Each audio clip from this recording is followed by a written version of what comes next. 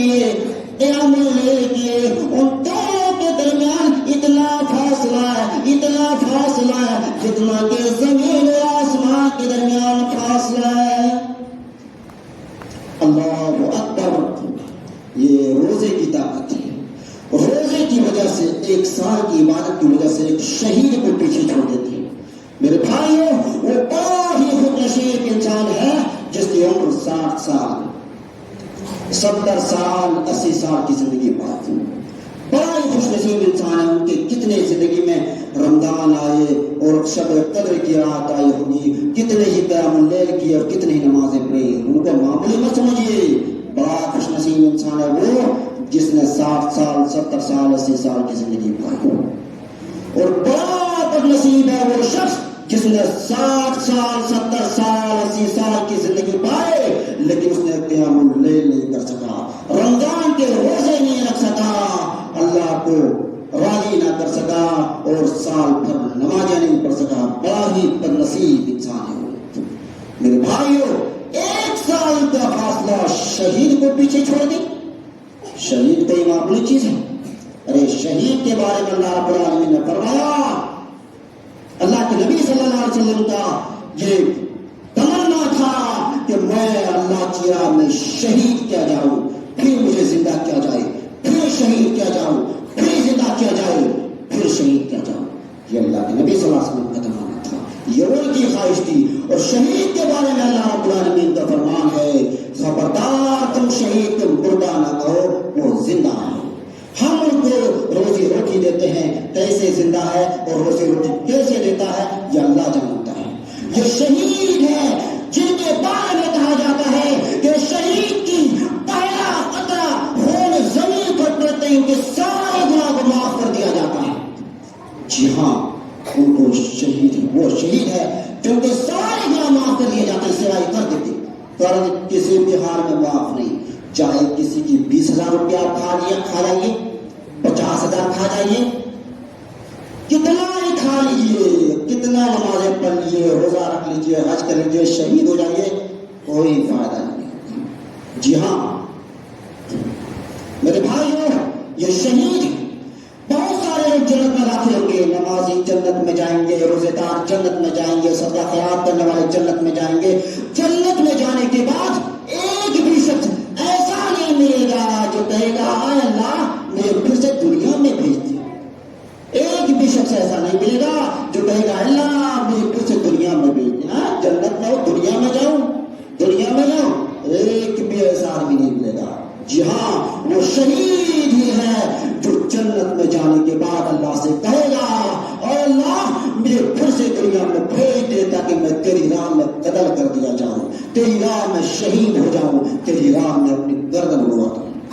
یہ شہید ہے، اور شہید سے آگے یہ روزے رکھنے کی وجہ سے اور 1 سال کی زیادہ عبادت کرنے کی وجہ سے یہ شہید کو بھی پیچھے چھوڑ دیتے۔ میرے بھائیوں، اللہ رب العالمین فرماتا ہے، اللہ کے نبی صلی اللہ علیہ وسلم نے فرمایا کہ جس نے لا الہ الا اللہ کہا اور اسی ٹائم اس کی موت ہو جاتی تو وہ سیدھا جنت میں داخل ہوگا، اور جس نے ایک دن کا روزہ ہی رکھا اور اسی میں اس کی وفات ہو جاتی ہے، اسی میں اس کی موت ہو جاتی ہے تو وہ بھی سیدھا جنت میں داخل ہوگا۔ اور جو شخص صدقہ خیرات کرتے ہیں اس کا اسی ٹائم اس کا انتقال ہو جاتا ہے تو وہ بھی سیدھا جنت میں داخل ہوگا۔ میرے بھائیوں، جنت کا ایک دروازہ ہے جس کا نام ریان ہے۔ اس دروازے کی خاصیت یہ ہے کہ صرف روزے دار ہی اس دروازے سے داخل ہو پائیں گے۔ قیامت کا دن ہوگا، تمام روزے داروں کو حکم دیا جائے گا کہ ریان کے دروازے سے داخل ہو جاؤ، جنت میں داخل ہو جاؤ۔ تمام روزے دار جنت کے دروازے سے داخل ہوتے چلے جائیں گے۔ جب سارے روزے دار جنت میں داخل ہو جائیں گے تو اس دروازے کو بند کر دیا جائے گا جس سے کوئی بھی آدمی اس سے داخل نہیں ہو پائے گا، کوئی دوسرا آدمی اس میں جنت میں داخل نہیں ہو پائے گا۔ میرے بھائیوں، حضرت کعب بن عجرہ رضی اللہ عنہ سے روایت ہے، وہ بیان کرتے ہیں کہ اللہ کے نبی صلی اللہ علیہ وسلم نے صحابہ کرام سے فرمایا کہ اے میرے صحابہ کرام ممبر کے قریب ہو جاؤ۔ تمام صحابہ کرام ممبر کے قریب ہو گئے اور اللہ کے نبی صلی اللہ علیہ وسلم خطبہ دینے کے لیے جیسے ہی ممبر پر قدم رکھا تو پہلی سیڑھی پر جب قدم رکھا تو فرمایا آمین، اور جب دوسری سیڑھی پر قدم رکھا تو فرمایا آمین، اور جب تیسری سیڑھی پر قدم رکھا تو فرمایا آمین۔ جب اللہ کے نبی صلی اللہ علیہ وسلم ممبر سے نیچے تشریف لائے، خطبہ سے فارغ ہوئے، نیچے تشریف لائے تو صحابہ کرام نے پوچھا اللہ کے نبی صلی اللہ علیہ وسلم کیا بات ہے، ہم نے آج آپ کی زبان سے ایسی بات سنی جیسے پہلے کبھی نہیں سنی تھی۔ اللہ کے نبی جب آپ کو ممبر پر جب پہلا قدم رکھے تو آپ نے فرمایا آمین، جب دوسری سیڑھی پر قدم رکھی تو فرمایا آمین، جب تیسری سیڑھی پر قدم رکھے تو فرمایا آمین۔ اللہ کے نبی کیا ماجرا ہے، کیا بات ہے؟ اللہ کے نبی صلی اللہ علیہ وسلم نے فرمایا ہاں میرے پاس حضرت جبریل علیہ السلام آئے، جب میں نے پہلے سیڑھی پر قدم رکھا تو جبریل علیہ السلام نے کہا کہ اس آدمی کے لیے ہلاکت ہو، اس آدمی کے لیے بربادی ہو، اس آدمی کے لیے نیست و نابود ہو جو رمضان کا مہینہ پائے اور اپنے گناہوں کی بخشش نہ کرا سکے، اپنے آپ کو جنتی نہ بنا سکے، اپنے آپ کو گناہوں سے نہ روک سکے، وہ گناہوں میں پارا ان کے لیے بربادی ہو۔ میں نے کہا دیا آمین، اللہ تو اسے بھی قبول کر لے۔ اور جب میں نے دوسری سیڑھی پر قدم رکھا تو حضرت جبریل علیہ السلام نے فرمایا کہ اس آدمی کے لیے بھی ہلاکت ہو، اس آدمی کے لیے بربادی ہو، اس آدمی بھی ہو کہ وہ آدمی بھی نیست و نابود ہو جو آپ کا نام سنے، آپ کے بارے میں بیان سنے، آپ کا تذکرہ سنے اور آپ کا درود سلام نہ بھیجے۔ میں نے کہا دیا آمین، اللہ تو اسے بھی قبول کر لے۔ اور جب میں نے تیسرے سیڑھی پر قدم رکھا تو حضرت جبریل علیہ السلام نے فرمایا کہ اس آدمی کے لیے بھی بربادی ہو، اس آدمی کے لیے بھی ہلاکت ہو جو اپنے والدین کو بڑھاپے کی عمر میں پائے، جو اپنے ماں باپ کو بڑھاپے کی عمر میں پائے، دونوں کو پائے یا دونوں میں سے ایک کو پائے اور ان کی خدمت کر کے اپنے آپ کو جنتی نہ بنا سکا، ان کی خدمت کر کے اپنے گناہوں کو معافی نہ بنا سکا، ان کی خدمت کر کے اپنے آپ کو جنت کا حقدار نہ بن سکا، ان کے لیے بھی بربادی ہو۔ میں نے کہہ دیا آمین، اے اللہ تو اسے بھی قبول کر لے۔ میرے بھائیوں کتنے ایسے لوگ ہیں جو بڑی آسانی سے روزہ چھوڑ دیتے ہیں، کتنے ایسے لوگ ہیں جو روزہ کو ترک کر دیتے ہیں۔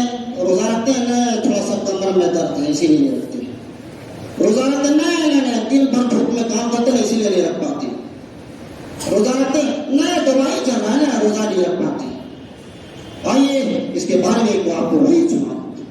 اللہ کے نبی صلی اللہ علیہ وسلم نے فرمایا کہ میں سو رہا تھا، اتنے میں میرے پاس دو آدمی آتے ہیں، دونوں میرے بازوؤں کو پکڑ کر ایک چڑھائی پہاڑ پر لے جاتے ہیں اور مجھے کہا جاتا ہے کہ چلو۔ میں نے کہا کہ میں نہیں چل سکتا۔ ان دونوں نے فرمایا کہ میں آپ کو چڑھنے پر آسانی کروں گا، آپ چڑھیے۔ میں ان دونوں کی مدد سے چڑھا، یہاں تک کہ پہاڑ کی چوٹی تک پہنچ گیا۔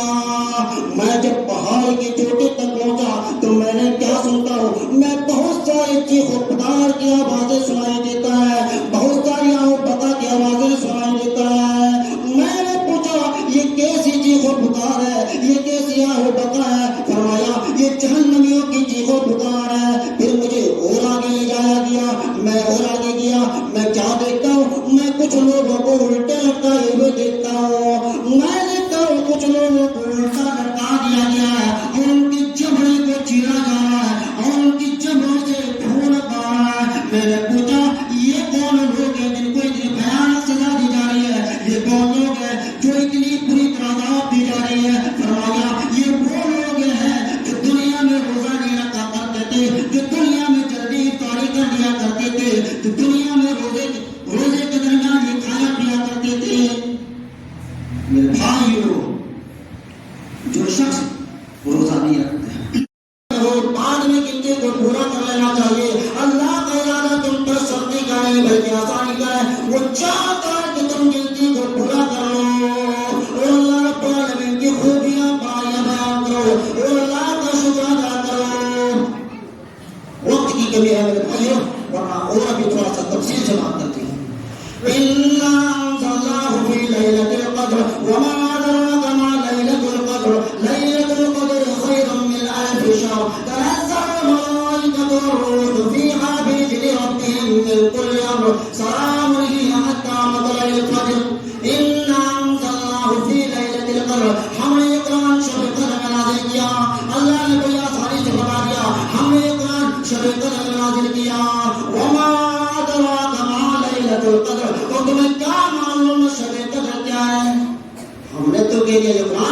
شب قدر میں نازل کیا. ارے تمہیں کیا معلوم شب قدر کیا ہے؟ تم کیا جانتے ہو شب قدر تمہاری؟